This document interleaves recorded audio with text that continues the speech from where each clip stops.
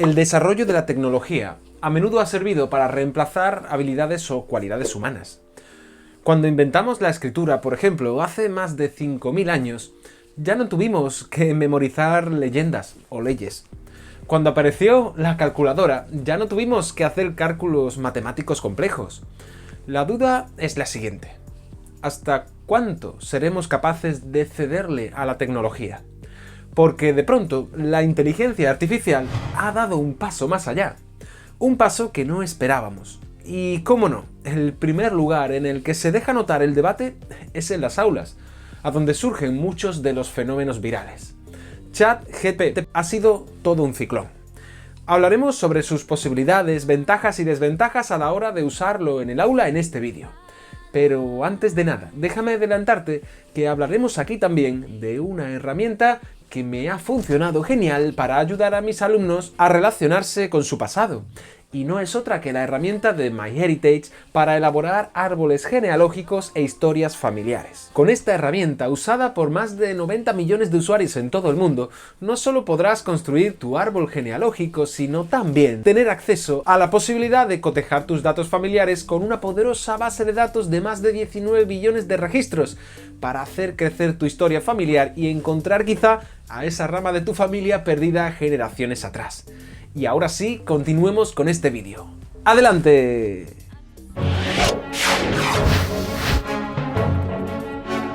¿Qué es ChatGPT? Pues básicamente, y por si no lo sabes, un chat con el que interactuar y recibir respuestas a cualquier pregunta, y que los usuarios de internet tenemos a nuestra disposición desde hace poco tiempo. Os confieso, cuando lo trasteé por primera vez, me quedé maravillado con sus posibilidades. Es como, digamos, un Google hipervitaminado. Todo el conocimiento de internet disponible en unas líneas de diálogo, en un chat. De primeras, cuando pensé en su uso educativo, no me pareció tan polémico como mucha gente decía. En realidad, pensé, hacía lo mismo que los asistentes virtuales que todos tenemos en el móvil o junto a la tele. Por poner un ejemplo, si le pido a Siri que me diga en qué año nació Napoleón, me lo dirá, ¿no? A ver, oye Siri, ¿en qué año nació Napoleón? Napoleón Bonaparte nació el 15 de agosto de 1769. Gracias. Por ello, en un principio, me parece un instrumento fantástico para ayudar a la búsqueda de información y síntesis como ninguna otra herramienta que se haya inventado hasta ahora. En ese sentido, pues no tendría ninguna queja. Como os digo, hace lo que ya hacía Google, pero añadiéndole una narrativa textual útil, rápida y con una precisión asombrosa. Pero ojo, cuando hablamos de su uso en el aula, no todo puede ser positivo. A poco que profundicé, me di cuenta de su otra cara. Esta herramienta puede hacer cosas que ninguna otra tecnología ha hecho hasta ahora, y nos ha cogido a todos los profesores en fuera de juego.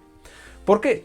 Pues porque puedo pedirle, por ejemplo, a la inteligencia artificial no solo información sobre Napoleón, sino que reflexione sobre si Napoleón fue un personaje positivo o negativo de la historia, o que haga un comentario crítico sobre un texto histórico, o que escriba un cuento o una poesía con una asombrosa creatividad relacionada, por ejemplo, con Napoleón. Es decir, esta inteligencia artificial de pronto hace las tareas que de forma habitual los docentes pedimos a los estudiantes que hagan en sus casas o en el aula. ¿Y cuál es el problema?, te preguntarás. Pues que la inteligencia artificial ahora puede sustituir con asombrosa precisión actividades que hasta hace pocos meses mis alumnos solo podían hacer por sí mismos. Es decir, analizar, contrastar, reflexionar, crear. Es decir, la taxonomía de Bloom de abajo a arriba.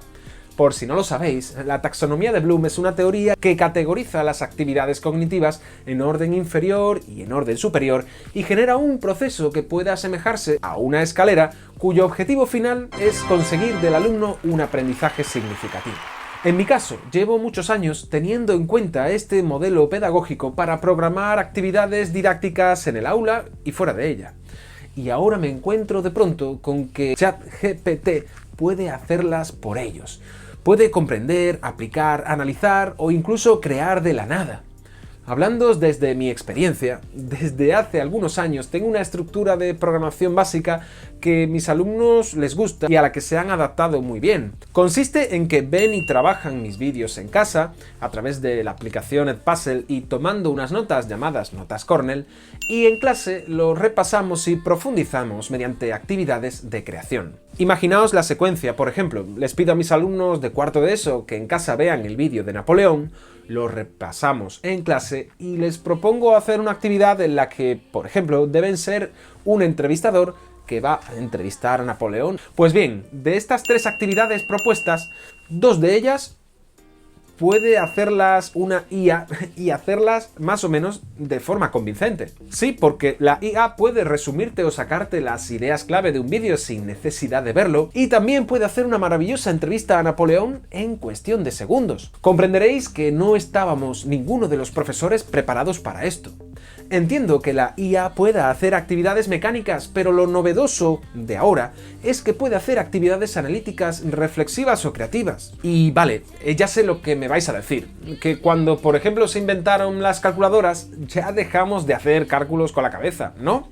Sí, es cierto, pero yo os lanzo la siguiente reflexión. ¿Dejaremos también de hacerles pensar a los alumnos, reflexionar o mostrar su creatividad porque ya tenemos una inteligencia artificial que lo hace?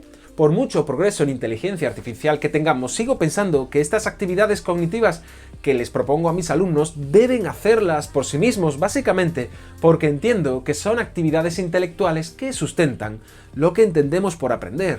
Pero me niego a que el aprendizaje se vea únicamente como la capacidad de un alumno para relacionarse con una poderosa inteligencia artificial que lo hará todo por ellos. En resumen, está claro que ChatGPT tiene un sinfín de posibilidades en educación, como por ejemplo mejores búsquedas de información en internet, capacidad de realizar operaciones mecánicas y sencillas con una rapidez asombrosa, y por ejemplo tener un profesor virtual en casa que te dé cualquier tipo de ayuda o información textual. Pero también tiene una serie de desventajas, o al menos yo las veo así, que pueden ser, en este caso, sustituir de forma textual procesos cognitivos complejos, un uso demasiado sencillo y sin ningún esfuerzo a la hora de obtener información, y que ha llegado de forma huracanada sin que los profesores hayamos tenido tiempo para prepararnos para esta revolución.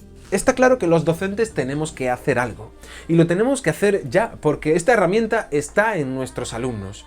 No tenemos otra que adaptarnos, como hemos hecho siempre, a cualquier otra innovación tecnológica que ha llegado a las aulas o a la vida de los jóvenes. Supongo que, como todo proceso tecnológico, poco a poco iremos familiarizándonos con esta herramienta mientras vamos transformando nuestro día a día de las aulas. De hecho, yo ya mismo he comenzado a adaptarme a este mismo curso de la siguiente forma. Mientras adaptemos nuestras actividades y proyectos, como ya no podemos confiar mucho en las tareas que hacen en casa, tenemos que darle una mayor importancia a lo que hacemos en clase. Y aquí entra en juego la metodología que llevo usando muchos años en el aula, llamada Flip Classroom, de la que te hablo en este vídeo que te dejo aquí arriba, ¿vale? Y vaya, así que los del Flip Classroom hemos sido unos visionarios, ¿no? En segundo lugar, creo que es importante dar más tiempo de clase a la demostración del trabajo que se ha hecho. Es decir, a nadie puede engañarle una reflexión hecha con IA que no pueda defenderse, por ejemplo, oralmente. Y en tercer lugar, creo que es necesario que se les proponga a los alumnos actividades que combinen la búsqueda de información, que por ejemplo sí que pueden hacer con ChatGPT, ¿por qué no?, con otras habilidades que no puede reproducir la IA, como por ejemplo producir manualmente, crear, exponer de forma oral, es decir, competencias en las que ya no puede usarse una inteligencia artificial. De la misma forma, creo que puede ser muy buena idea el proponer actividades de investigación cuya información no van a encontrar en la inteligencia artificial. Por ejemplo, uno de los proyectos que mejor me funciona y que no pueden hacer mis alumnos con ChatGPT tiene que ver con su memoria familiar. Lo realizo todos los cursos con cuarto de ESO. Les pido que realicen una investigación sobre cómo su familia vivió mientras que ocurrían esos hechos históricos estudiados en clase. Para ello les propongo entrevistar a sus familiares directos y elaborar a partir de sus investigaciones un texto a modo de memoria familiar. Además, les pido también que elaboren para este proyecto su árbol genealógico familiar, llegando hasta las generaciones más antiguas que puedan. Desde hace algunos cursos me encontré con que muchos de mis alumnos usaban herramientas online para hacer su árbol genealógico, y la que más éxito tiene entre ellos es la de MyHeritage, de la que os hablé al principio del vídeo. ¿Y ahora te gustaría ver cómo funciona? Pues mirad, yo acabo de hacer mi propio árbol genealógico. MyHeritage te genera pues una web, Lucero's website, donde podrás acceder a todos sus servicios, que ya veréis que son muy interesantes. Vamos a ir al servicio de árbol y yo ya he añadido a este árbol genealógico pues a mí mismo y a mi hermana. Es muy fácil añadir nuevos familiares a tu árbol genealógico. Bueno, como veis, se va añadiendo a mi árbol genealógico. Tengo aquí 4 personas. Vamos a agregar, por ejemplo, otra persona a mi familia. Vamos a darle a agregar, por ejemplo, voy a añadir al padre de mi padre, es decir, a mi abuelo paterno, cuyo nombre era Manuel Lucero y cuya fecha de nacimiento es 1935. Bien, de Manuel Lucero, para que veáis cómo podemos agregar fotografías, yo he buscado una fotografía antigua de mi abuelo y la voy a añadir, que la tengo aquí. Muy bien. Aquí está cargada. Bien. Así podríamos ir añadiendo pues nuevos familiares a mi árbol genealógico. Algo muy interesante que también tiene MyHeritage es que podemos investigar sobre nuestros apellidos para ver en la base de datos de 19 billones de personas que tiene MyHeritage actualmente si puede haber coincidencia con alguna otra familia de otro lugar. Por ejemplo, vamos a coger a mi abuelo, ¿vale? Y le vamos a dar a investigar.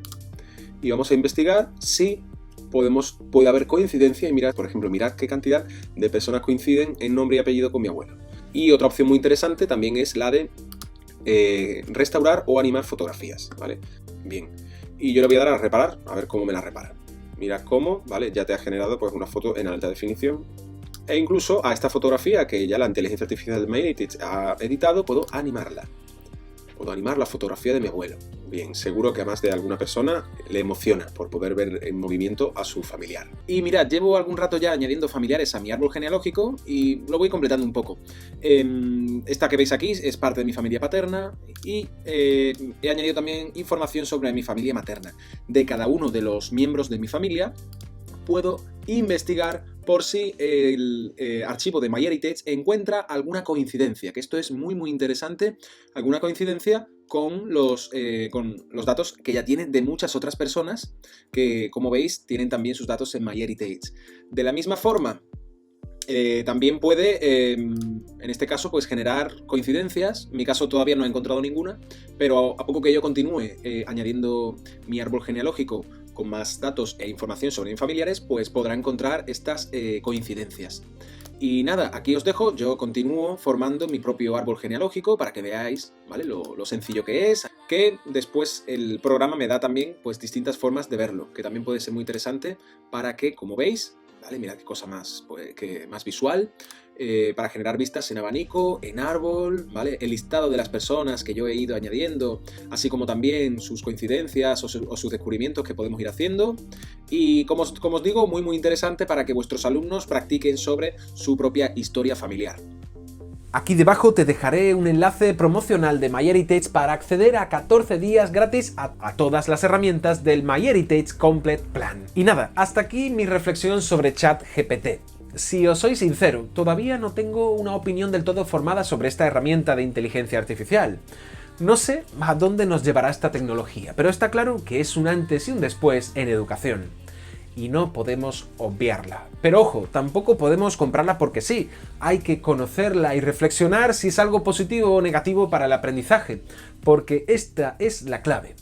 Todo lo que programemos, todas las herramientas que usemos deben repercutir en un aprendizaje significativo, o al menos intentarlo. ¿Y tú? ¿Ya has puesto en práctica esta herramienta en tus clases? ¿Eres estudiante y la has usado para hacer algunos de tus trabajos? Me encantaría que me lo dejaras aquí abajo en los comentarios. Y no te olvides darle like y suscribirte a la cuna de Halicarnaso, ni tampoco pasarte por Patreon para ver en qué consiste hacerte mecenas de mi canal. Nos vemos en el próximo vídeo.